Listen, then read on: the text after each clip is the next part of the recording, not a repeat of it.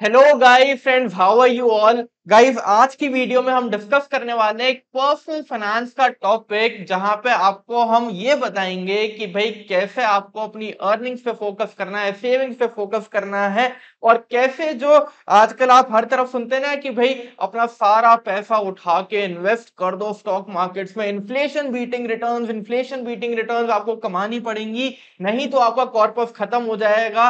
इसलिए stock market is the only option जहां पे आप अपने हार्ड अर्न मनी को उठा के इन्वेस्ट कर दीजिए, और फिर भूल जाइए, नहीं तो आपका कॉर्पस जो है वो डिक्लाइन हो जाएगा और हो सकता है कि आप सरवाइव ना कर पाए। इन सारी बातों से दूर आज मैं आपका प्रैक्टिकली डिस्कस करने वाला हूं कैसे आप इन्फ्लेशन बीटिंग रिटर्न्स ना कमाते हुए भी अपने कॉर्पस को बिल्ड कर सकते हो, और प्रैक्टिकली आपको क्या अप्रोच रखनी चाहिए। प्रैक्टिकली मैं क्या अप्रोच रखता हूं, क्योंकि मैं बहुत रिस्क एवर्स हूं, मेरे को अपने हार्ड अर्न मनी से बहुत प्यार है, मैं उठा के सारा पैसा स्टॉक मार्केट्स में इन्वेस्ट नहीं करता हूं।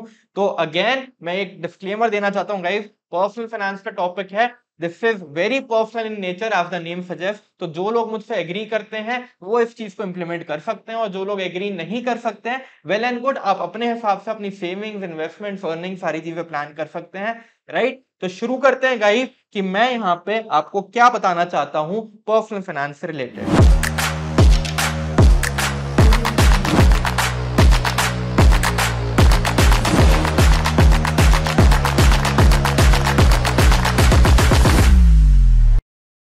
तो गाइस सबसे पहले बात करते हैं ईयर वन की। मान लेते हैं कि आज हमारी जॉब लगी है, हम चाहे चार्टर्ड अकाउंटेंट बने हैं, चाहे हमारा एमबीए क्लियर हुआ है, चाहे हमारी ग्रेजुएशन कंप्लीट हुई है, और फर्स्ट ईयर में हमारी नौकरी लगी है 10 लाख रुपीस की। अगर मैं सीएस की बात करूं तो आजकल आपको एवरेज पैकेज कैंपस से मिल जाता है 10 लाख रुपीस का, राइट। तो अगर 10 लाख रुपीस की एनुअल इनकम की हम बात करते हैं, तो सबसे पहले तो मैं आपसे रिक्वेस्ट ये करूंगा कि सर, हमारे जो एक्सपेंसेस होने वाले हैं, जो रेकरिंग एक्सपेंसेस होने वाले हैं, जो डेली एक्सपेंसेस होने वाले हैं, हमको उनको मिनिमाइज करना है, कम से कम रखना है। जितना हम अपने एक्सपेंसेस को मिनिमाइज करेंगे उतनी हमारी सेविंग्स बढ़ेंगी। इसीलिए हमको कोशिश ये करनी है कि हमारे एक्सपेंसेस कम से कम रहे, ताकि हम अपनी सेविंग्स को बढ़ा पाए। तो मेरा तो नंबर रहता है कि हमारे 40 से 50% के मैक्सिमम एक्सपेंस होने चाहिए, बाकी हमारी सेविंग्स होनी चाहिए। लेकिन फिर भी कंजर्वेटिवली आई वुड से कि आपकी 60% से ऊपर के एक्सपेंसेस इनिशियली नहीं होने चाहिए। चाहे आपका रेंट है, चाहे आपके ट्रैवल एक्सपेंसेस हैं, चाहे आपके लेजर एक्सपेंसेस है, सारे एक्सपेंसेस मिला के it should not be more than 60%। You should focus on minimising your expense. यहां पे अज्यूम करते हैं कि हमारे एक्सपेंसेस हैं 60%, विच इज 6 लाख रुपीस, और यहां पे हमारी सेविंग्स निकल के आ जाएंगी income minus expense of 4 lakh rupees in year one. अब सर, ये 4 लाख रुपीस का क्या करना है? सर, ये 4 लाख रुपीस की जो सेविंग्स हैं, सर हमको सारी दुनिया ये बोलती है कि 4 लाख रुपीस पे हमको इन्फ्लेशन बीटिंग रिटर्न्स कमानी है, नहीं तो हमारा ये कॉर्पस कम होता जाएगा, और हमारे ये जो 6 लाख के एक्सपेंस हैं अगले साल बढ़ जाएंगे इन्फ्लेशन की वजह से, और दिक्कत होने वाली है सर बहुत ज्यादा। इसलिए हमको ये 4 लाख रुपीस तो ना सर स्टॉक मार्केट्स में इन्वेस्ट कर देने चाहिए। सारी दुनिया हमको यही समझाती है सर। सर, मैं आपसे कहना चाहता हूं कि ये जो आपका हार्ड अर्न मनी है ना, इसमें से अगर आपको स्टॉक मार्केट में इन्वेस्ट भी करना है ना, तो ठीक है, 10% कर लो, 20% कर लो, मैक्सिमम 30% कर लो, जितना आप रिस्क लेना चाहते हो। क्योंकि स्टॉक मार्केट का गाइस कुछ नहीं पता कि क्या होगा, ऊपर जाएगा नीचे जाएगा, क्या होने वाला है क्या नहीं होने वाला है। ये आपको मानना पड़ेगा कि स्टॉक मार्केट एक ऐसी इन्वेस्टमेंट है जहां पर रिस्क आपका रहने वाला है। तो आपके ऊपर है कि आपको स्टॉक्स में कितना डालना है। मैं आपको यहां पे बताना चाहता हूं कि सर, अगर मैं 4 लाख रुपए को उठा के एफडी में भी इन्वेस्ट करता, और 7% की रिस्क फ्री रिटर्न की भी बात करता, जो कि मेरी इन्फ्लेशन से कम होती, इन्फ्लेशन मान लेते हैं कि 8% है, 8% का इन्फ्लेशन है, लेकिन मैंने 4 लाख रुपीस को इन्वेस्ट किया है एफडी में 7% रेट ऑफ रिटर्न पे, तो हमारा अगले साल क्या रहता, ये मैं आपके साथ डिस्कस करना चाहता हूं।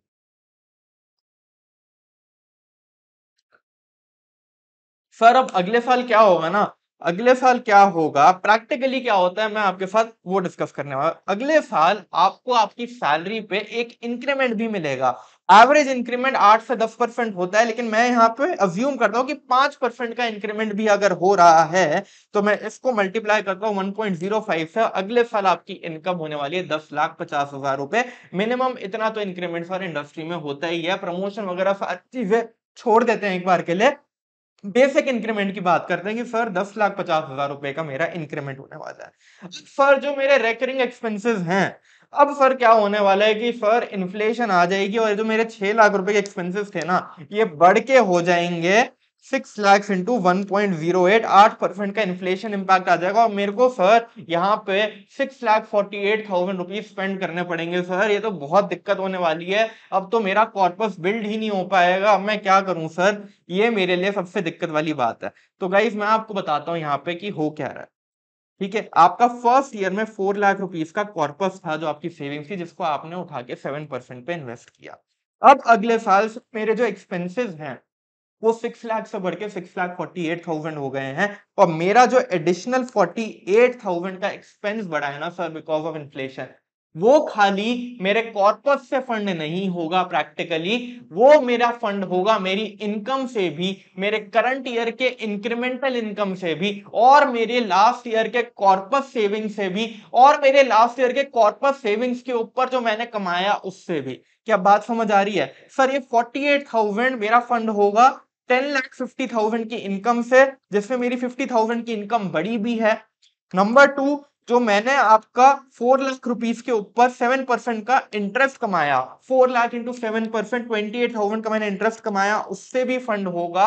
और मेरा यहाँ पे जो सर कॉर्पस आने वाला है 50,000 की एडिशनल इनकम के बाद, 4 लाख के ऊपर मेरे कॉर्पस के इन्वेस्टमेंट के बाद, तो मेरा जो यहाँ पे एंड में कॉर्पस और सेविंग्स आने वाली है ईयर 2 की, वो आएगी 4,02,000 rupees after reducing the expenses. And the year 2 आपका क्यूमुलेटिव कॉर्पस होने वाला है 4,02,000 plus the return earned on the existing corpus of 4 lakh, that is 28,000 and the existing corpus of 4 lakh. तो आपका बढ़ के यहाँ पे एंड कॉर्पस एट ईयर 2 होने वाला है सर 8,30,000। लेकिन सर हमको तो सारे लोग ये बोलते हैं कि आपका जो 4 लाख का कॉर्पस था यही खत्म हो जाएगा आपका अगर आपने इसको स्टॉक मार्केट में इन्वेस्ट नहीं किया तो। यही मैं आपको प्रैक्टिकली बताना चाहता हूं गाइस कि खाली एक एस्पेक्ट पे फोकस मत करो। ऐसा नहीं होने वाला है कि आपकी इनकम खत्म होने वाली है अगले साल में। ऐसा नहीं होने वाला है कि आपके एक्सपेंसेस बहुत ज्यादा बढ़ के आपके इनकम के इक्विवेलेंट होने वाला, आपकी सेविंग्स खत्म होने वाली है। अगर मान लेते हैं कि आपके 4 लाख की सेविंग्स आप स्टॉक मार्केट्स में इन्वेस्ट भी करते हैं और यहाँ पे आप 10% की रिटर्न भी कमाते हैं फर्स्ट ईयर में, तब भी आपका 40,000 ही यहाँ पे आप अपने सेविंग्स के ऊपर कमाते हैं, और वो 40,000 से भी आपका ये 48,000 का जो एडिशनल एक्सपेंस है ना, ये मीट नहीं होता। तो इस भ्रम में, इस मिथ में नहीं आइए कि खाली स्टॉक मार्केट में इन्वेस्ट करने से मैं पूरी इन्फ्लेशन को बीट कर पाऊंगा। आपका इन्फ्लेशन जो है वो बीट होने वाला है by increasing your income, by increasing your savings and investing them appropriately. जितनी आपका कॉर्पस बढ़ेगा, जितनी आपकी सेविंग्स बढ़ेंगी, उसके ऊपर जो आप कमाएंगे उससे आपका इन्फ्लेशन बीट होगा। राइट, अब जब आपका कॉर्पस है गाइस यहाँ पे 8,30,000 का, तो अगले साल आप 8,30,000 पे कमाएंगे, और उस कॉर्पस के बेस पे आप जितना ज्यादा कमाएंगे उससे अपने खर्चों को आगे मीट करने वाले हैं। Focus on increasing the savings and increasing the earnings rather than investing your entire savings in a risky zone। चाहे वो स्टॉक मार्केट हो, चाहे वो कोई और इन्वेस्टमेंट, जैसे बीच में बिटकॉइन आए थे तो बिटकॉइन का भी बहुत हल्ला हुआ था, बहुत इन्फ्लुएंसर्स ने बिटकॉइन के बारे में पिच किया था, और आज वो इन्फ्लुएंसर्स दिखाई भी नहीं देते हैं। तो अपने हार्ड एंड मनी को इंटैक्ट रखिए, सेफ रखिए। जितना रिस्क लेना चाहते हैं खाली उतना रिस्क लीजिए, क्योंकि आपके कॉर्पस और आपकी सेविंग्स पे आप इजीली कमा पाएंगे, अपने इन्फ्लेशन को मीट भी कर पाएंगे, और साथ ही साथ अपना कॉर्पस लॉन्ग टर्म में बिल्ड भी कर पाएंगे। इसी एग्जांपल को मैं थर्ड ईयर पे लेके जाता हूं गाइस, और आपको दिखाता हूं कि कैसे आपका कॉर्पस इंक्रीज होगा। क्योंकि गाइस जो एक सबसे इंपॉर्टेंट यहाँ पे एस्पेक्ट है वो ये है कि ये जो इन्फ्लेशन है ना, जो 8% की हम बात कर रहे हैं, ये खाली आपके जो रिकरिंग एक्सपेंसेस है ना, उन्हीं को मेजरली इम्पैक्ट करता है। आपसे आपके सेविंग्स से रिलेटेड जो एक्सपेंस होने वाले हैं, उनको इन्फ्लेशन उतना इम्पैक्ट नहीं करने वाला है। अभी मैं आपको समझाता हूँ ये बात कैसे है। थर्ड ईयर में देखते हैं गाइस, थर्ड ईयर में 10,50,000 की इनकम पे आपको अगेन एक इंक्रीमेंट मिलेगा। मैं अगेन अज्यूम कर रहा हूं कि मिनिमम इंक्रीमेंट आपको 5% का तो मिलेगा, और आपकी इनकम होने वाली है 11 लाख रुपए की। और आपके जो एक्सपेंसेस हैं, इस पे फिर से इन्फ्लेशन लग जाएगी सर, और मेरी जो इन्फ्लेशन है, मेरे जो एक्सपेंसेस है, उसके बाद मेरे 6,99,000 के एक्सपेंस यहाँ पे हो जाएंगे, और मेरी जो सेविंग्स है सर, वो निकल के आएगी 4,02,000। सर मेरी जो इनकम है ना, जो इंक्रीमेंटल इनकम है, उसी से मैं इजीली यहाँ पे, आप प्रैक्टिकली देखोगे तो एक्सपेंस को फंड कर पा रहा हूँ, और मेरी सेविंग्स करंट ईयर की भी सिग्निफिकेंट बच रही है मेरे पास। प्लस मेरे को मिलेगी यहाँ पे अपनी रिटर्न ऑन द कॉर्पस। अगर मैं 7% भी अज्यूम कर रहा हूँ, तो मेरे को 8,30,000 पे 7% की रिटर्न मिलेगी, विच इज 58,100। और मेरा ईयर एंड 3 पे कॉर्पस होने वाला है 12,90,000 का। क्या आपको ये कैलकुलेशन समझ आ रही है? मैंने अगर 7% पे भी इन्वेस्ट करा है, तो भी मैं अपना कॉर्पस बिल्ड कर पा रहा हूँ, इन्फ्लेशन को बीट कर पा रहा हूँ, because of two factors, income and savings. Right? तो आपको फोकस करना है इनिशियल ईयर्स में इनकम पे और सेविंग्स पे। अब सर बात यह आती है कि सर अगर मैंने इसको बेटर इन्वेस्टमेंट ऑप्शंस में इन्वेस्ट करा होता, सर हमने रिटर्न बहुत ज्यादा कमाई होती और हमारा कॉर्पस इससे ज्यादा होता, 12,90,000 से ज्यादा होता, शायद 14 लाख होता, शायद 15 लाख होता। मैं बिल्कुल एग्री करता हूं आपकी बात से कि वहां पे आपका कॉर्पस ज्यादा हो सकता था, लेकिन वहां पे एक रिस्क भी है। हम डेली अगर ट्रैकिंग स्टॉक्स की नहीं रखते, अगर वो हमारा डेली जॉब नहीं है, डेली काम नहीं है to invest in the stock market, तो वहां पे आपका लॉस भी हो सकता है। इसलिए you need to invest in the stock markets very carefully and you need to do thorough analysis before picking any stock। बस इतना मैं आपको समझाना चाहता हूँ। अब सर बात करते हैं कि सर ये जो सेविंग्स है ना, ये मेरी कहाँ यूटिलाइज होने वाली है। अगर मैं किसी की बात करूं कि भाई कोई भी लेमैन है, तो जो सेविंग्स इंसान कमाता है, दो चीजों पे मेजरली इन्वेस्ट करता है। नंबर वन, एक गाड़ी खरीदने में, और नंबर टू, घर खरीदने में। अब सर जो सेविंग्स मेरी ये 13 लाख रुपए की होने वाली हैं, ये मैं घर और गाड़ी खरीदने में अगर आगे यूटिलाइज करने वाला हूं, तो उनके भी तो प्राइसेस बढ़ जाएंगे ना।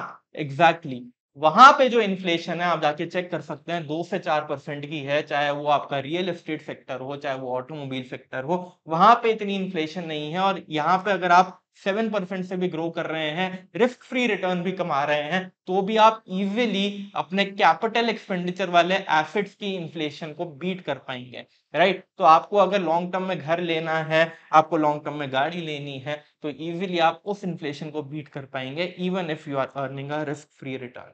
क्या बात समझ आ रही है? मैं जो यहाँ पे एम्फोसाइज करना चाह रहा हूँ, दैट इज कि आपको अपनी अर्निंग्स पे फोकस करना है, उनको बढ़ाने पे फोकस करना है, अपने एक्सपेंसेस को रिड्यूस करने पे फोकस करना है, ताकि आपके जो सेविंग्स है वो बढ़ती जाए। जितनी ज्यादा सेविंग्स बढ़ेंगी, उतनी ज्यादा हम रिटर्न कमा पाएंगे। rather than focusing on the rate of return, focus on the base which is the savings because of the earnings which you are earning।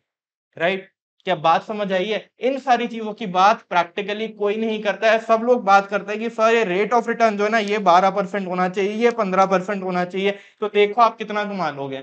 मैं रिस्क फ्री रिटर्न में भी यहाँ पे 12.5 लाख रुपए, 12,90,000 रुपए कमा रहा था, और अगर मैं 15% भी कर दूंगा, तो सर यहाँ पे हम 13,90,000 रुपए कमाएंगे। बहुत ज्यादा अमाउंट का फर्क नहीं है, लेकिन यहाँ पे हम रिस्क बहुत ज्यादा ले रहे हैं। हो सकता है कि हमारा जो पूरा कॉर्पस इन्वेस्टेड है, वो ही आधा रह जाए, अगर हमने रिस्की इंस्ट्रूमेंट्स में बहुत ज्यादा इन्वेस्ट कर दिया तो। मैं किसी भी इन्वेस्टमेंट के खिलाफ नहीं हूँ guys, I just want to give the disclaimer. मैं किसी भी स्टॉक इन्वेस्टिंग के खिलाफ नहीं हूँ, किसी भी एसेट क्लास के खिलाफ नहीं हूँ। I just want to ensure कि भाई आपकी हार्ड अर्न मनी जो है, वो आपके पास सेफ रहे। इसलिए you need to do asset allocation, और खाली अपने मनी पे उतना ही रिस्क लीजिए जितना आप ले सकते हैं। आई होप गाइस मैं आपको प्रैक्टिकली समझा पाया कि कैसे हमको अर्निंग्स इंक्रीज करने पे फोकस करना चाहिए, सेविंग्स इंक्रीज करने पे फोकस करना चाहिए, और उतना ही रिस्क लेना चाहिए जितनी हमारी रिस्क एपेटाइट हो। और इनिशियली मैं तो यही एडवाइस करूंगा कि हमको सारा कॉर्पस स्टॉक मार्केट्स में नहीं इन्वेस्ट करना चाहिए